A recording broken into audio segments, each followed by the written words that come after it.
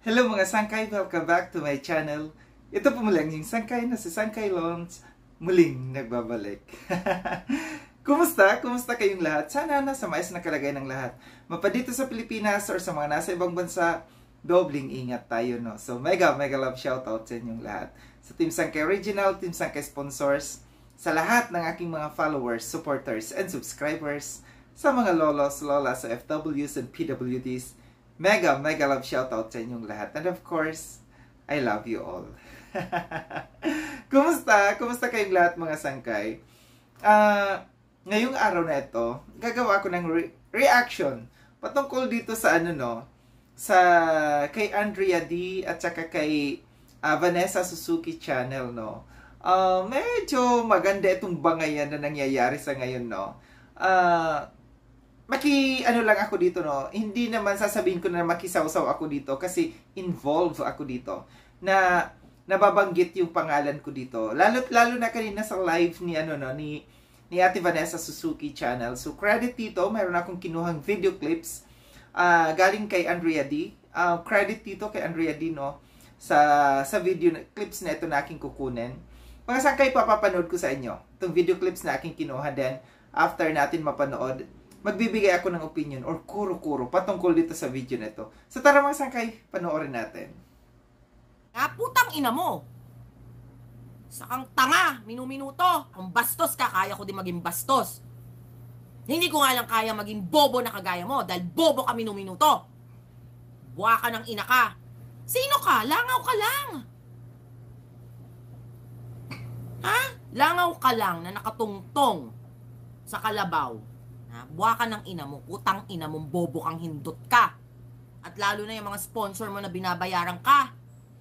Tatakot-takutin mo ko, mumurahin mo ko, putang ina mo din. Minuminuto, putang ina mo din. Kaya ka tinanggal sa kalingap dahil dyan sa ugali mo, kabastusan mo. Hindi ka marunong sumunod sa rules nila. Pinagsabihan ka na mag-laylo ka at huwag kang bumanat, hindi ka nakinig. Ibig sabihin, bastos ka talaga dahil wala kang respeto sa mga kalingap at sa karepa. Ikaw, puro ka hingi. Umaasa ka lang sa sponsor mo, gaga. Kilala ko kung anong likaw ng bituka mo. Bubuli ka pa lang, alam ko na kung anong klaseng tao ka.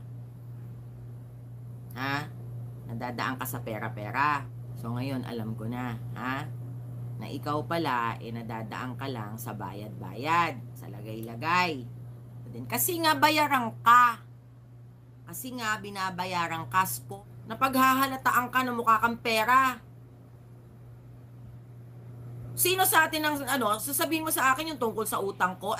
Mas masahol ka sa akin dahil ako, umutang man ako, may intention ako magbayad. Ikaw, umaasa ka sa sponsor, sa bigay ng sponsor mo, binibigyan ka ng sponsor mo, pinapadalang ka ng sponsor mo, Yun ang inaasahan mo. Bakit? Dahil maliit ang sweldo mo dyan? Bilang katulong? Pero hindi ako nababayaran, banat bagsik kagaya mo. Kung ikaw nababayaran ka, ibahin mo ko. Ibahin mo ko. Hindi ako kagaya mo na parang aso. Parang tuta na susunod-sunuran sa sponsor dahil pinapadala ng sponsor at binibigyan ng sponsor. Actually, you are one of the biggest mistakes of Kalingap kung bakit ka isinali sa Kalingap, kung bakit ka tinanggap sa Kalingap. Dahil hindi nila alam kung gaano ka ka-traidor, gaga.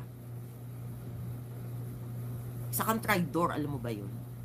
Nakikipagkaibigan ka kay Ingrata at nagbibigay ka ng mga impormasyon kay Ingrata,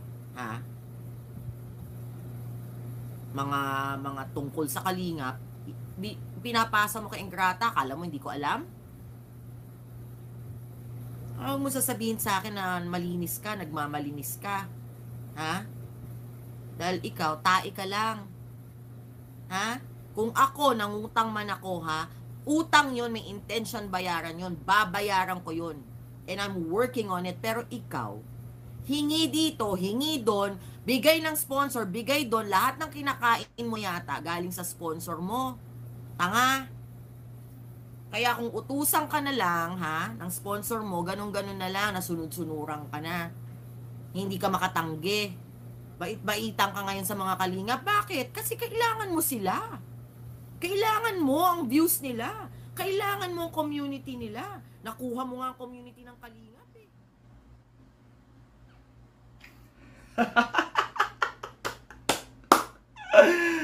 Bongga.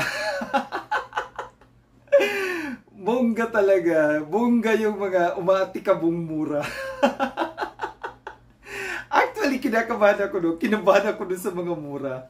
Kasi, alam mo, hindi tayo na mga hindi sanay na nakakarinig ng mga mura, ng mga ganyan. Kakabahan tayo pag nakakarinig tayo ganyan. Iwan ko sa iba, no? Basta ako ganun ako. Pagka nakakarinig ako ng mga mura, kinakabahan talaga ako. But, she deserved it.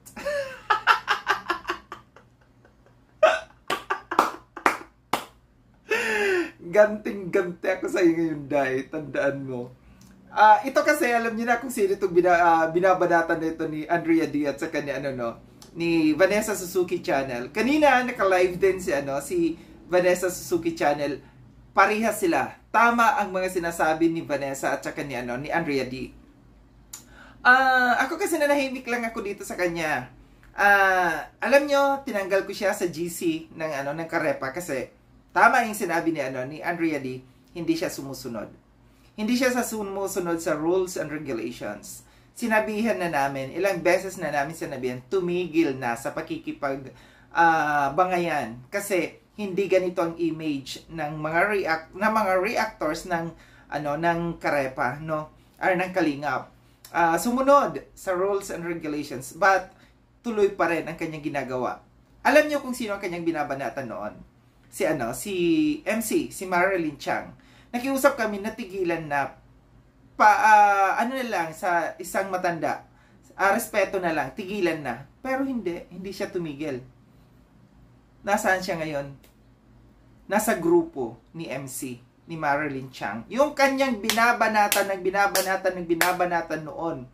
Yung mga pinagsasabi niya, kung lahat ng mga masasama, nasabi, akyat barko, kung ano-ano, ngayon, dikit ulit sila. No, ando dun siya. Ano ba yung pangalan ng grupo nila? Parang good. Hindi ko alam kung ano yung pangalan ng grupo nila. Basta nandoon siya. Nanahimik lang ako nung binabanatan niya ako dito. Hindi ko siya pinapansin. Kahit nung na-hospital ako binabanatan ako nito. Sinasabi na hindi daw totoo na na-hospital ako, hindi daw totoo na na-ICU ako, gawa-gawa ko lamang daw. Tahimik pa rin ako doon kasi sabi ko, sana maramdaman niya kung paano ang isang tao na nasa ICU at nasa hospital. Siguro hindi pa dumarating yung para sa kanya, no? But ito, dumarating yung ibang sa kanya, karma, kung tawagin natin karma, dahil magkakasama ito sila, magkakaibigan ito sila dati. Ngayon, nung banatan ako nito, nagpuntahan sa kanya. Ito si Andrea D. Nakikita ko ito doon sa live niya, sina Vanessa Suzuki. Kinampihan siya. Kinampihan nila parte sa akin, kumpara sa akin. Okay lang sa akin yun, walang problema. Meron kaming pinagsamahan ni Vanessa Suzuki, nag-sponsor siya sa akin noon. Hindi ako nasaktan. Hindi ako nasaktan noon na nagsasupport siya doon dito sa Bayad Bagsik ang tawag nila dito sa kanya ngayon. So BB is a Bayad Bagsik. So hindi ako nasaktan doon kasi sabi ko choice nila yon. And ngayon, kanina nag-usap kami ni ni Ate Vanessa. Sabi niya sa akin, nagsisi ako kung bakit siya yung kinampihan ko kumpara sa iyo. Na-stop yung pag-sponsor ko sa iyo sa mga batang PWDs dahil sa kanya. Dahil kung ano-anong mga paninira sa iyo na sinabi sa akin. No? So ngayon, malinaw. Malinaw ang lahat na ganitong klase siya. No? And lumabas yung katotohanan. Naliwanagan si Ate Vanessa ngayon kung sino nga ba ang tama sa aming dalawa.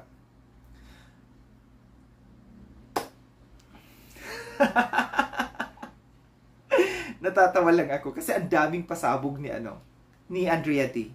Actually, lahat ng mga sinabi ni Andrea tama. Walang utang na loob. Sino ba ang nagpasok sa kanya? Sino ang nagpasok sa kanya para makapasok sa Kalingap? Hindi man siya ang lumapit sa akin, kundi yung sponsor niya, si Tita Maria Legaspi, nakiusap sa akin na sangkay baka pwedeng ipasok sa Karepa. Ito si Bayad Bagsik. Sabi ko, okay lang. Lahat naman welcome. Lahat naman tinatanggap. As long as nasusunod sa rules and regulations na magbe-behave siya. Sinabi niya yon, oo, magbe-behave ako. Pero ngayon, lumaki ang ulo. Bakit? Nakilala siya sa Kalingap. In-embrace siya ng ibang mga Kalingap. Pero ito yung namin noon.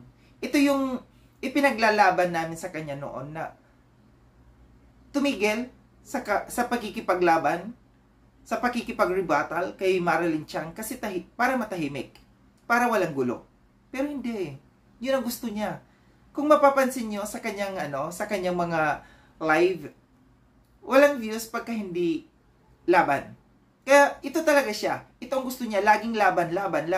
May kalaban. Para magkaroon siya ng views. Totoo yung sabi ni totoo yung sinabi ni Andrea D. Na bayaran siya. Noon pa namin alam yan. Bayaran siya. Binabayaran siya para banatan yung mga kalaban.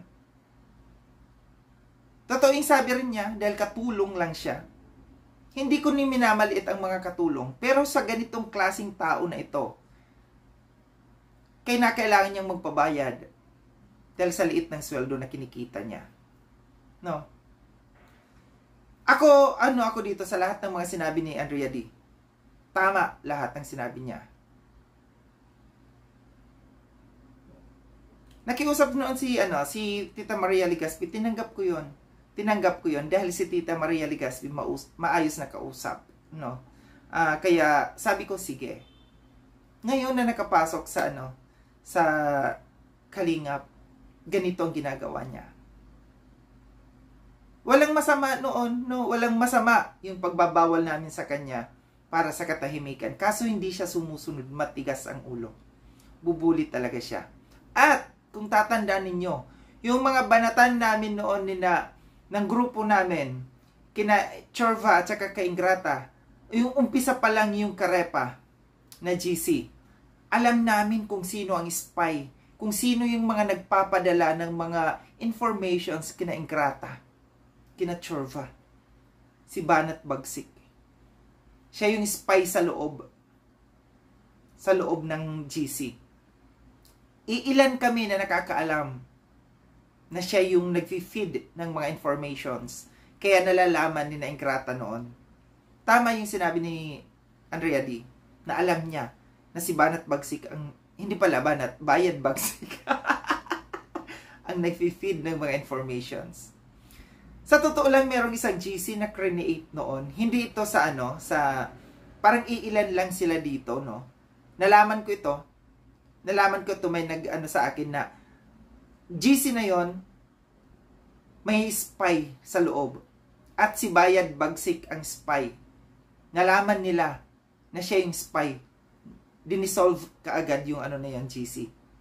So malinaw talaga ngayon na itong isang ito ay traidor sa Kalingap. Tama yung sinabi ni Andrea D na biggest mistakes, no, yung pagtanggap dito sa kanya sa Kalingap. Actually, totoo lang. Sinabi ko, napakalaking pagkakamali na natanggap ko ito. Pero dahil kay Tita Maria Legaspi, dahil matinong tao ito si Tita Maria Legaspi, tinanggap ko siya. Dahil sa pakikiusap. So ngayon lumalabas, no, nakita na natin. Alam ko marami pang mga pasabog ito patungkol sa kanya. Yung pagiging bayaran niya, alam na namin yan. Yung pagiging spy niya, yung pagiging traidor niya sa pagsusumbong noon, kahit anong laban namin, pakikipaglaban namin, kahit anong sikreto na pinag-uusapan namin noon sa GC, nakakalabas dahil nga sa kanya. Ito namin mga patunay na, no? At alam kong kilalang kilala ito ni Andrea D. Dahil magkasama sila dati sa Bubuli. Iisa lang sila.